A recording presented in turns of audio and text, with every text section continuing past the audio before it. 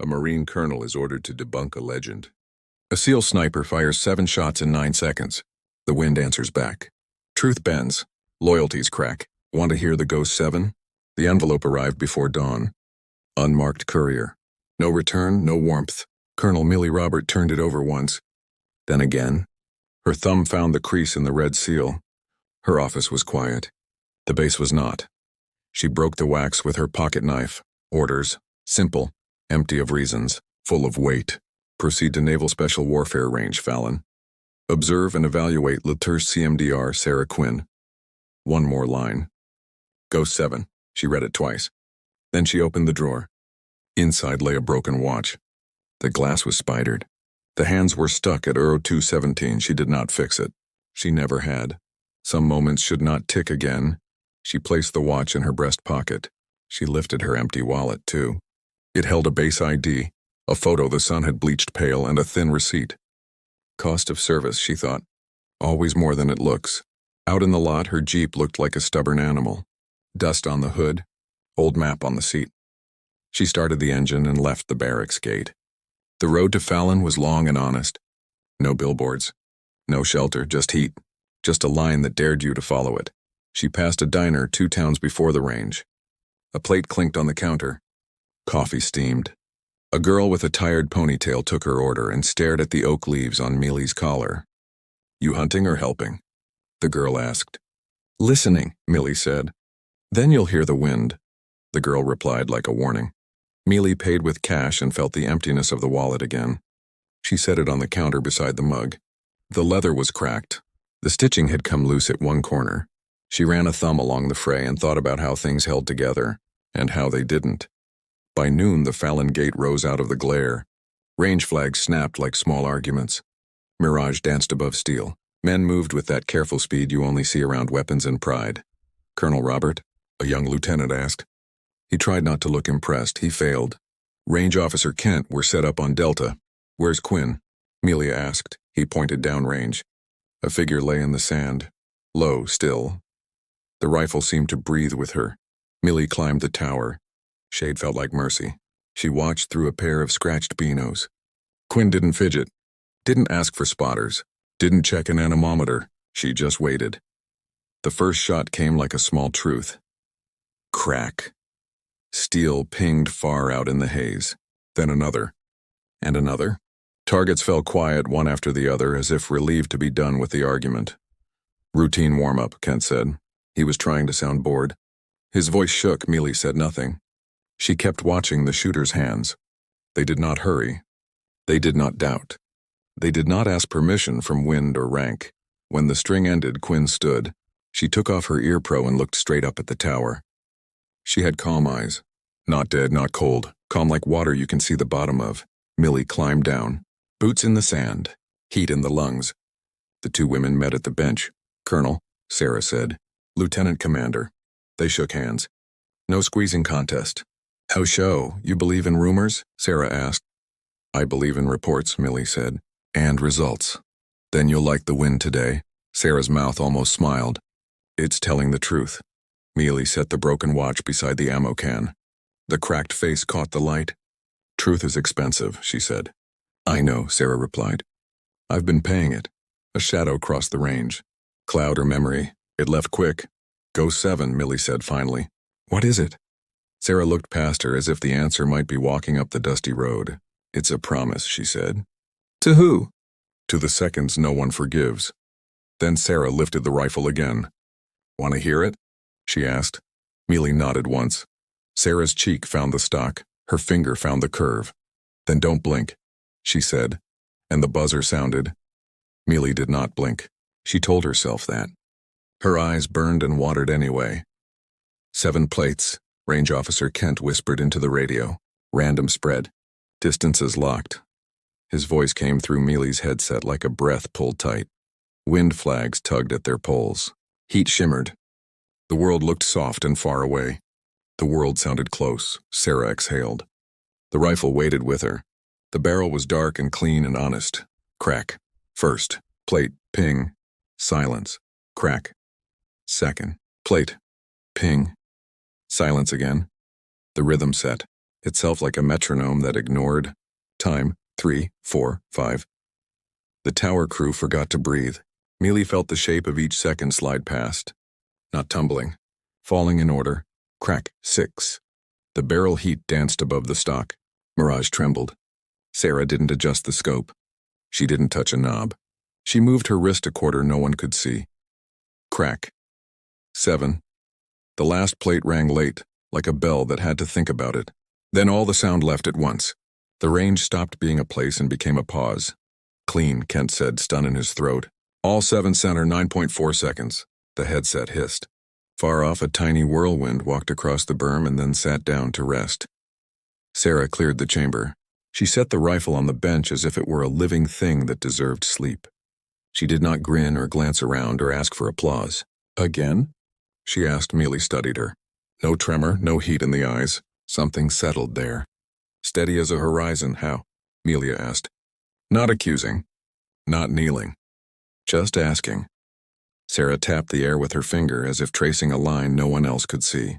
It's not the wind, she said. It's the spaces between it. You predict gusts? No, Sera said. I meet them. Kent lifted a printout like proof and a question. Colonel, she didn't dial. Not once. He showed a row of zeros. They looked like holes punched through certainty. Milie picked up her broken watch. The glass felt hot. Her palm came away with a grain of sand and a memory of sirens. Who named it? She asked. Go 7. It named me, Sera said. On a ridge a long way from here. Afghanistan, Kent blurted. Sera didn't answer him. She was watching Milie, not the lieutenant. You ever carry something you can't repair? Sera asked softly. Milie put the watch into her pocket. Yes. Sera nodded as if that had been the only test that mattered. Then you already know, she said. The shot isn't about the steel. What is it about? Permission, Sera said. To let go. The sun climbed. The smell of gun oil and dust settled into a marriage the desert had approved years ago. A pair of crows carved shadows over the firing line. They argued once and flew on. Kent cleared his throat. Ma'am, with respect, nobody does this without a scope trick. Do I look like a trick? Sera asked, not unkind. No, ma'am. She reached into her case and pulled out something wrapped in cloth. She unrolled it toward Milie. A hand-drawn chart. Curves. Ticks. Small notes written in pencil that had been sharpened to patience. It's dumb, Sera said. It's mine. Milie traced one arc with her eyes. Each mark sat between gust measurements, not on them. She understood a little. She understood she would not understand all of it. I've seen people worship math, Milie said. They drown in it when the river moves. Sera's mouth almost smiled again. My father taught drums. He said you can play the notes. Or you can play the silence and let the notes arrive. A radio crackled in Kent's pocket. He flinched, listened, then looked at Milie with eyes that had found a cliff at midnight. Command wants a confirmation, he said. They're patching through the Admiral. He swallowed. And, Colonel, there's a second line. Special operations. Priority red. Now? Milie asked. Yes, ma'am. Sera didn't move. She looked downrange as if time were a creature you could calm if you did not startle it. Put them on speaker, Milie said. Kent did. The tower filled with voices that thought they were calm. Colonel Robert, a new voice said. Your evaluation just ended. We need your shooter. For what? For a mountain that does not want to be crossed, the voice replied. Hostages. High winds. Short window, 40 souls. Maybe more. How soon? Milie asked. Wheels up in 90. Milie looked at Sera. Sera looked at the plates. They stood like little moons that remembered being struck. Say yes, Sera whispered. Milie closed her fist around the broken watch. The cracked face pressed against her skin. She almost thought she felt the second hand move. 90 minutes, she said. We'll be on the bird. The line went dead. Kent gaped. Ma'am? Milie set the watch on the bench. It did not tick. It did not need to. Pack it, she told Sera. Bring the chart. Sera wrapped the paper, slow and careful. Colonel, she said without looking up. There's one more thing. What? You haven't heard the hardest part. What's that? Sera met her eyes. When the mountain listens back. The siren at base ops began to wail. The flight north was gray. No chatter, no jokes. No lies made for courage. Milie sat strapped in, knees braced, headset quiet. Across from her, Sera checked the rifle. Bolt. Lugs. Lugs again. The ritual was plain and slow. It looked like prayer without the asking. Intel, the team leader said, crouching between knees and weapons. His finger ran along a satellite photo. Old relay station built into this ridge. One main door. 2 vents, sensors on both. No rotor approach. No road without alarms. He pointed to a roof. 2 guards up top. Rotating pair on the east wall. Thermal shows 6 heat signatures inside. Maybe more. Hostages spread. One has a briefcase and a clearance badge. That's our brain we can't afford to lose. Wind? Milie asked. Unhappy, he said. Southwest cross. Gusting to 20. Random as a drunk sermon. Sera folded the map. Not random, she said. Stubborn.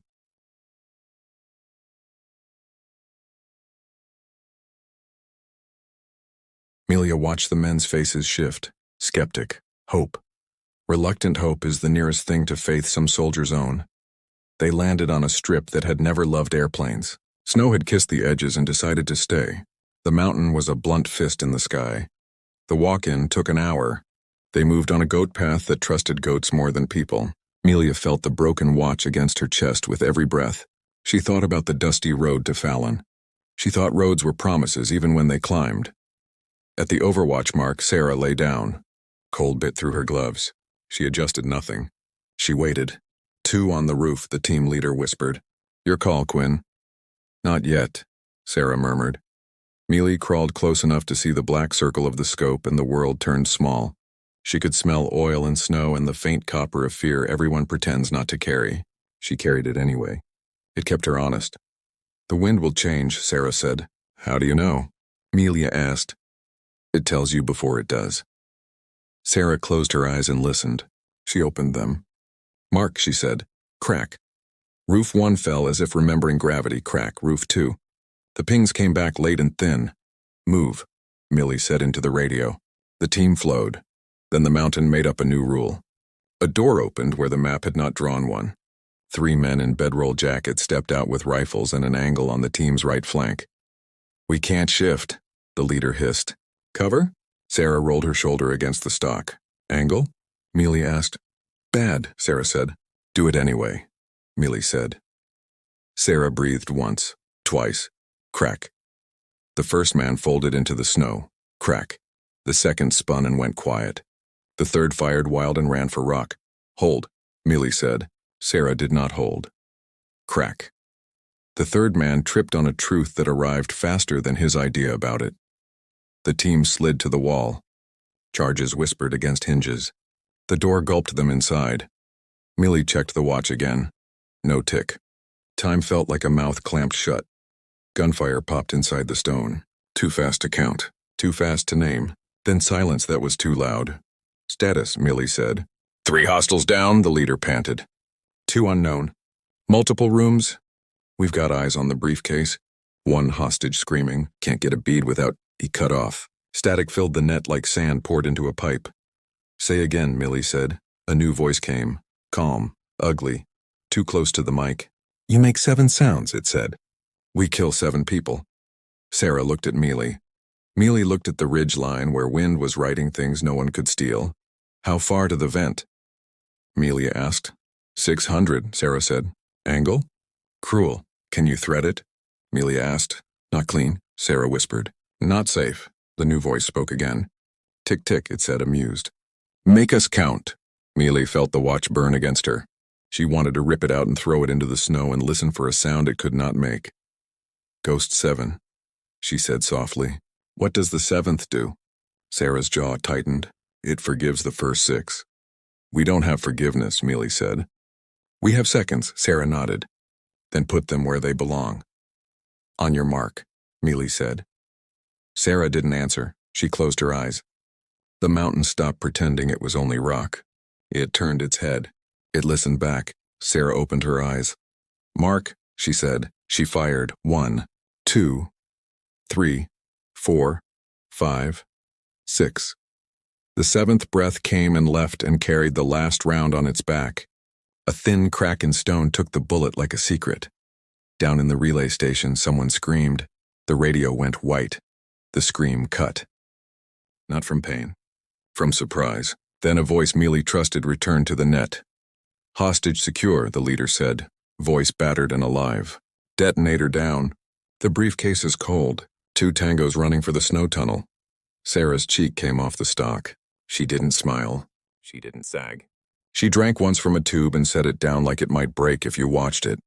How did the 7th? Milie started. Sera blinked slow. Pressure switch under the table. Wired for tremor. I couldn't see it. Then, the vent plate had a fracture, Sera said. Thin as the lie you tell yourself to sleep.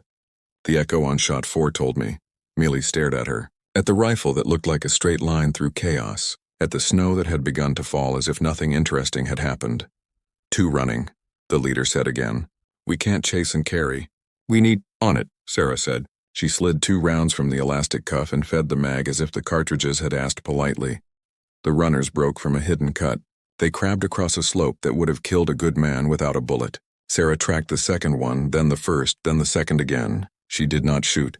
Waiting, she said as if to the air. For what? Milie asked. For the mistake, Sera said. It came. It always comes. He glanced back to see if death wore a mask. He put his weight on the wrong edge. Crack. He rolled and disappeared into white. Crack. The echo was late. The second runner went down and slid into a shadow that took him in. Silence grew like frost. Out, the team leader said. Package and people, Milie breathed again. She had not noticed she had stopped. They moved. They moved the way you move when the thin silver wire you cannot see still lies across your path. At the exfil truck, the heater made a weak promise. The hostages crowded with the awkward gratitude of the newly unbroken. One old man clutched the briefcase and nothing else. His coat was gone. His shoes were wrong. Milie handed him hers. Thank you, he said, as if thank you were a shape he could hold. Sera stood apart, checking the bolt lugs again. The ritual mended something that did not have a name. Quinn, Milie said. Yeah, you hear anything? Milie asked. Always, Sera said. It's quieter when the right people live. They rode out on a service road that felt like a bad memory pretending to be a good idea. The truck's wipers clacked. The driver hummed off key to keep his hands from shaking. Milie reached into her pocket. She took out the broken watch. She set it on the dash. It rattled with each rut. It looked like a small relic of a war no one had been paid for. Sera glanced at it. When did it stop? She asked. A long time ago, Milie said. Why keep it? So I don't pretend I fixed what I didn't. Sera nodded. It's heavier when you lie. They hit the highway. Snow thinned. Trees parted. Far ahead, the world flattened into a long, wet seam of asphalt. Colonel, the radio said. The voice was clean and clipped and too smooth. Washington for you. Go. Debrief in 48. Medical first. Then analysis, a pause. Congratulations. Your shooter is a statistical outlier. Milie looked at Sera. Sera watched the road. Her eyes showed nothing you could report. Copy, Milie said. She hung the mic. The truck slowed for a toll booth someone had forgotten to close for the storm. A highway cop in a reflective vest stepped out with a flashlight. He waved them over. He was alone. He leaned into the driver's window. His smile was wrong. His badge was wrong. His question was right. Which one of you is Ghost 7? Sera's hand found the rifle's sling. Milia's hand found the watch. Who's asking? Milie said. Some folks who want her secret, he said. The flashlight beam found Sera's face and held it. The cop's other hand moved toward a radio clipped where a gun should have been. From the tree line to the right, a second beam winked once. Then a third. Then red, the driver swore. The truck's engine coughed and died. The cop leaned in closer. Come quiet, he said, or make me count to 7. The empty wallet slid off the dash and hit the floor. The wallet hit like a small verdict. The leather folded on itself, open and empty. Milie looked at it and knew the moment had chosen its cost. Hands, the fake cop said. Out where the fog can see them. Stay, Milie told the team leader with a glance. He understood. He was good at understanding without the waste of words. Sera opened the door slow. She stepped down into slush. Her boots made the sound of patience. Her rifle hung loose, muzzle at the earth. Talk, Milie told the cop. Fast. Do you think I know? He said. He shrugged in the snow. I just deliver people to rooms where they say please. He angled the flashlight at the tree line. A black SUV idled there with no plates and too much confidence. The back window slowly rolled down. A man inside wore a suit that had never met weather. He did not get out. "Commander Quinn," the suit called. "Your country needs your method. We'll be gentle about taking it." Sera didn't move. "Country is people," she said.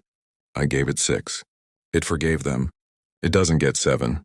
The suit laughed like a man who had never believed that road's end. "Everything is reproducible," he said. "You're an algorithm with a pulse. We remove the pulse and we keep the song." Milie stepped between Sera and the beam. She looked at the watch and saw nothing new. She looked at the road and saw dust under the snow like memory under policy. "You think silence can be bottled?" Milie said. "You think if you own it, you'll be safe. You won't, Colonel," the suit said almost kindly. "This is bigger than your pride." "It is," Milie said. "It's bigger than you too." Behind them, the driver cracked his door, slow as a prayer you don't want to break. The team leader shifted his shoulders, making space for a choice. 7 seconds, the suit said. "Come now, and none of these men see black sites." "Don't count," Sera whispered. "It'll make you deaf." Milie raised both hands to shoulder height. "I have something for you," she said to the suit. "Payment. Fair and final." She reached down. She lifted the empty wallet from the floor. She held it up in the flashlight beam so the man could see what nothing looked like. "This is what you get," she said. "This is what's left when you try to buy what isn't for sale." The suit's smile failed.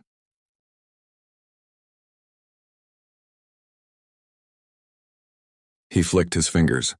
The fake cop stepped back. From the tree line, 3 red dots trembled onto Sera's chest and stayed there like questions that had decided not to wait for answers. "Last chance," the suit said. "Make it easy." Milie thought of the diner girl's warning. "You'll hear the wind," she did. It cut across the highway from the open farm fields. It hit the SUV's side and shoved the exhaust into a swirl. The swirl broke and reformed and swung toward the shooters in the trees. The dots jittered. "Mark?" Sera breathed, too soft for anyone but the air. "No rifles," Milie said. "Nothing stupid." Sera let the sling take the weight. Her hand stayed open. Her eyes did not. The suit was done. He started to roll up the window. His driver shifted from park. Another set of headlights rose over the hill behind the SUV. A lonely snowplow with a blade like a grin. It barreled down without manners or respect for men who thought they owned the road. The driver of the SUV panicked. He lurched forward. The plow swerved. Steel screamed against steel. Sparks flew. Red dots jumped to nowhere. "Now," Milie said. The team leader came out of the truck like a lesson. He took the fake cop by the wrist and taught his elbow a new direction. Sera stepped left and used the sling like a lever. The cop folded. He learned the basics of the cold with his face. The SUV's rear door swung open. A second suit climbed out sideways, phone in hand, mouth already forming an order he would not finish. Sera didn't touch her rifle. She stepped in, fast and quiet. She took the phone and flung it under the plow's tire. A sound like a small star giving up its job snapped the night. "Enough," Milie said. Her voice cut a clean line in the mess. Blue strobes rose over the far hill. Real law, state mark, sirens that came late but arrived true. The first cruiser stopped in a way that said the officer did not like surprises and had seen too many. He took in the scene. He took in the fake cop's badge. He sucked his teeth and called it in. The suits tried to turn smooth again. They couldn't. They were wet and angry and small. "Colonel," the state officer called. "You want to make a statement?" "Gladly," Milie said. "Start with the part where these men impersonated law and interfered with federal rescue." Sera stood close enough to feel the heat off the plow's engine. She watched the tree line. Men were backing away into the dark. The wind took their footprints and rode over them. The suits were loaded into cars that did not care about their suits. The fake cop shivered and tried not to.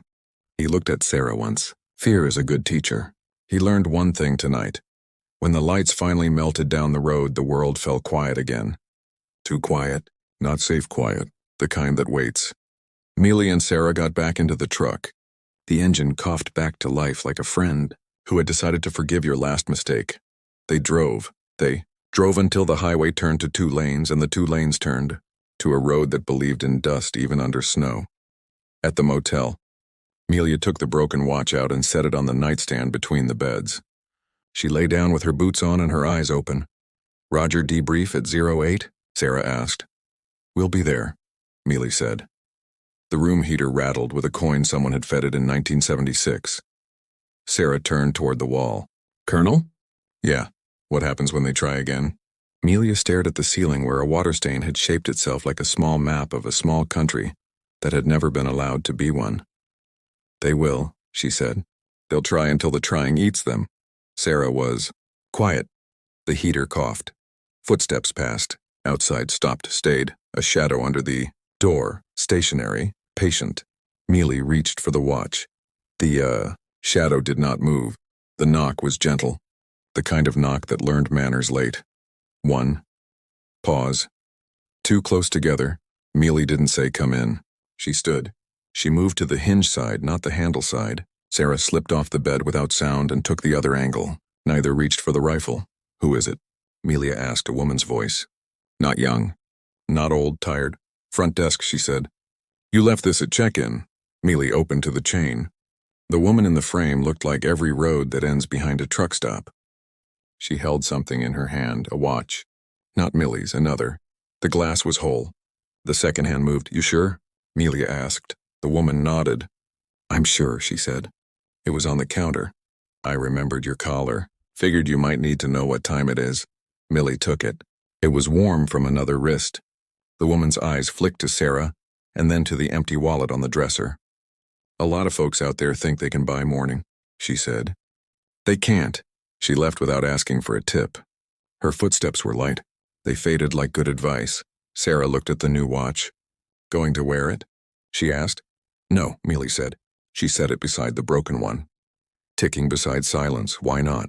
Because I want to remember both kinds. The debrief was a theater with coffee. Men in uniforms asked questions they already knew the answers to. Men in suits asked questions whose answers they would ignore. Sera answered with sentences that fit in a hand. Milie did not waste adjectives. Your technique, an analyst said. What can we extract? Nothing worth having, Sera said. Why? It dies outside the person who learned it. You can demonstrate again, though, he pressed. We have ranges. Sera looked at Milie. Milie looked at the ceiling stain in her memory. She looked at the empty wallet. She looked at the dusty road. No, Milie said for her. Demonstrations attract thieves. The room bristled. It had expected compliance and got a spine. The Admiral listened. He was a man who had spent a career obeying the wind's cousin, the sea. He knew something about surrender with teeth. He tapped his folder closed. Commander Quinn returns to training duty, he said. Advisory status. Operational recall at my discretion only. The suits frowned. The Admiral did not notice. Colonel Robert, he added. You're attached as observer and shield. Shield? One suit repeated, offended by nouns he had not approved. Yes, the Admiral said. Shield. They left the building to a sky that had not decided what weather it wanted. Sera stopped on the steps and closed her eyes as if to hear the day choose. It's changing, she said. What is? Milie asked. The wind, Sera said. It's moving like it does before a machine tries to do a person's job. They flew west and then north and then to a place where the air is cleaner than your plans. An outpost. A ridge with metal targets half worn to memory. A mess hall that smelled like coffee and iron. Young shooters with old eyes. Sera taught them to breathe. She taught them to wait until the breath stopped trying to be theirs and became the world's. She did not mention 7. She did not write her chart on the whiteboard. She erased more than she drew. Milie stood off to the side and learned the names. She kept the broken watch in her pocket. She kept the other one in her bag. She touched both before sleep. The first night, a drone came over the ridge. Silent. Too smooth. Too sure of its own line. Sera listened to it like it was a lie a friend had told. They're here, she said. Not men, not yet. The wish. Let them wish, Milie said. The drone circled. It flashed a light the color of impatience. It left. Morning came with hard light and an honest cold. They set plates across the White Valley. Sera took no rifle. She put a hand on the shoulder of a quiet kid from Arkansas who shot like he was trying to apologize to the sky. Feel the space, she told him. When it rests, you move, he nodded. He tried, he missed. He missed closer. He breathed. He smiled without permission. He hit. Sera stepped back. She looked older and younger at once. Milie walked the line and felt something unwind in her chest she had tightened there on purpose for years. At noon, a black helicopter cut across the distant river. It wore no numbers. It dragged a shape under its belly, a sensor pod with a greedy eye. Stay under, Milie told the kids. She and Sera climbed the ridge. A man with a megaphone leaned out and thought he was God. Demonstration, he called. For science.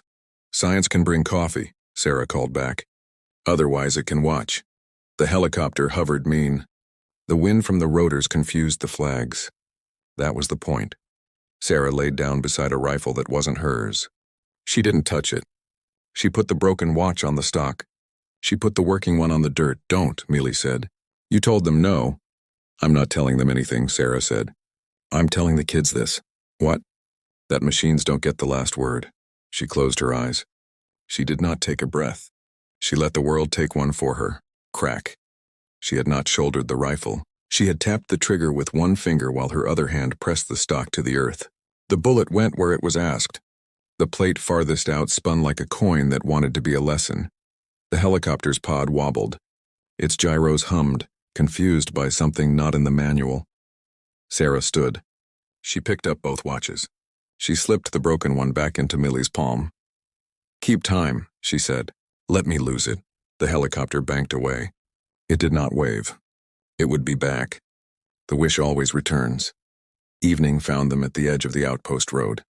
Snow had receded into the gullies. Dust showed itself again like a secret friend. Sera handed Milie the empty wallet. I found this under the seat in the truck, she said. I thought you might want it. Milie held it. The leather felt the way truth feels when it finally stops fighting. Light, used, still strong. She tucked the working watch into it. She closed the flap. She set it on the hood where both of them could see it. Tomorrow, Sera said. Tomorrow, Milie said. Headlights appeared down the road. Not one pair, three, no plates. No hurry,